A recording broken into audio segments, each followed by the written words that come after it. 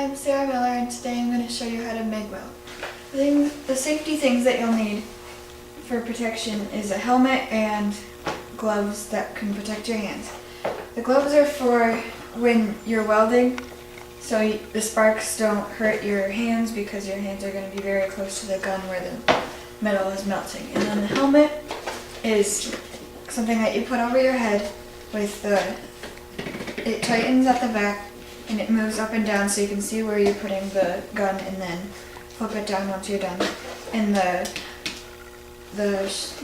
lens right here is super dark so that when you're using the gun, the light that comes off of it doesn't hurt your eyes.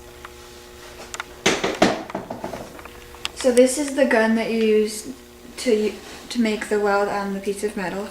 So this part is the nozzle where you touch this part to the metal that you need to make something to. And this is the button, which once it's on, which is not, is you press the button, then this spool of wire, it starts spinning and goes through there into this, and then this comes out, and using electricity it melts the piece of metal and then it feeds this into making a pool. So, and then once you have a metal pool, then you move it around to make the weld that you need to make the line. And the outside around, there's a tank in the back with carbon dioxide, and it comes around the outside to shield what you're doing so it doesn't go everywhere. And I'll show you.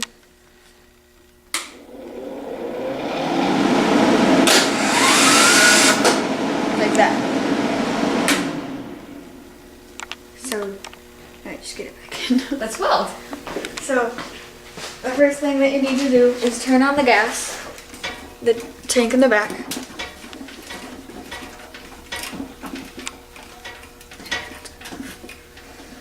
And then, obviously, you have to turn it on. And after that, this is the ground clamp, and it is the negative charge which makes the positive charge melt the piece of metal.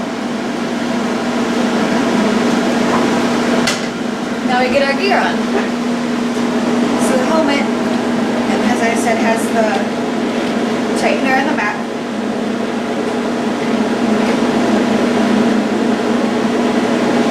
And then it moves up and down like this. Gloves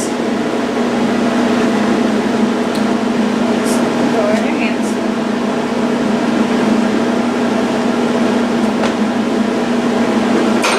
And once the ground clamp and that's on and everything's on, once you push the button, it'll start melting the metal.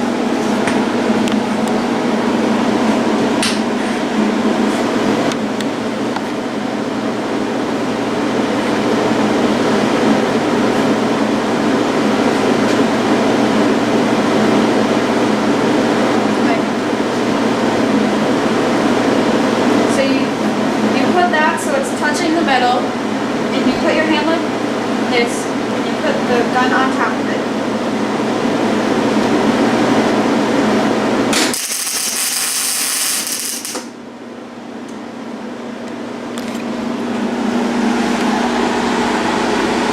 Then you make a weld. As you can see, it still has some on top of it because I made it too far away, so it's splattered everywhere. So you have to make sure that this is touching or super close to it at all times.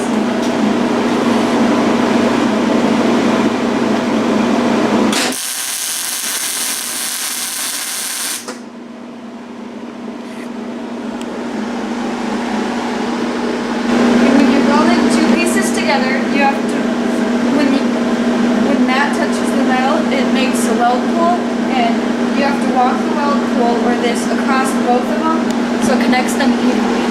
So, like, once you start, you have to go like that to make the two pieces go together.